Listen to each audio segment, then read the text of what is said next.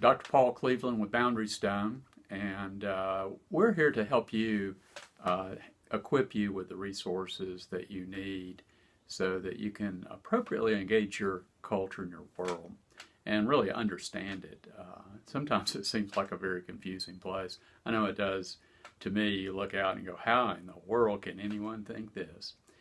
Well, one of the problems I think we face today is a lack of understanding of just fundamental principles of economics. And so a lot about what we do is we're trying to instruct you and give you, articulate those principles to you in a way that you can really take those and use those to engage your friends and neighbors and talk with them and in a way that's impactful and can really change the world in which we live. You know, one of the first principles of economics is derived from understanding something that economists call scarcity. And if you think about it for a moment, this concept of economic scarcity was part of creation itself. In fact, it was established in the created order of things. That may seem strange to you, but I mean, if you think about it for a minute, it had to be because we were created to work, to take dominion in this world. And to do that, you have to, you come up with your purposes. What's your purpose for living? And how do you achieve your purposes? Well, let me ask you a question. What is it that prevents you from accomplishing all of your ends right now? Isn't it the fact that you just don't have the resources, you don't have the means to the achievement of your ends?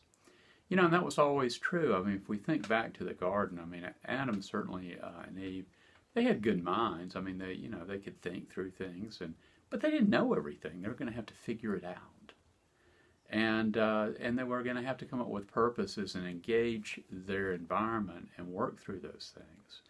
And so they were going to have to develop the means. They're going to have to produce the means to achieve their ends. And that's always been the way that it is. And so we really can't get beyond that fact.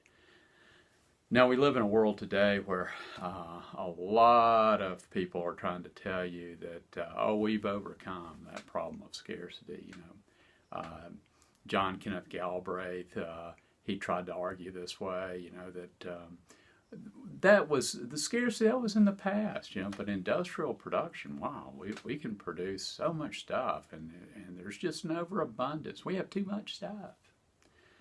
Likewise, John Maynard Keynes argued this way as well when he said, you know, the problem that we get into with recessions and depressions is, we just overproduce stuff.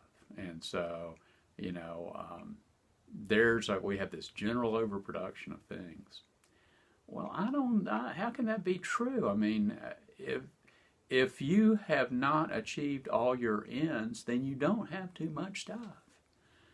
Maybe you don't have the right sorts of stuff, and maybe you've mismanaged your stuff, and that's preventing you. But you would still have unfulfilled and unachieved purposes in life. And, you know, that's always the way it's going to be. That's not a bad thing in and of itself. You know, in scriptures, we're always counseled to be content with our present circumstance. And I think there is. I mean, but contentment doesn't mean that you just throw up your hands and say, okay, well, I've done it all, and I can quit here. I've finally arrived, and that's all there is to it. That's never what God suggested to you.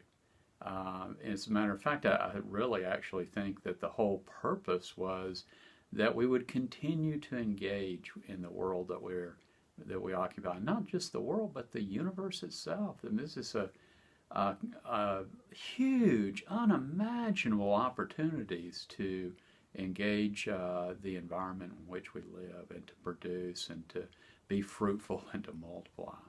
Well, anyway, that's something for you to think about this time. I'm Dr. Paul Cleveland with Boundary Stone, and we're here to equip you and provide you with the resources so that you can appropriately engage your world. I'll see you next time.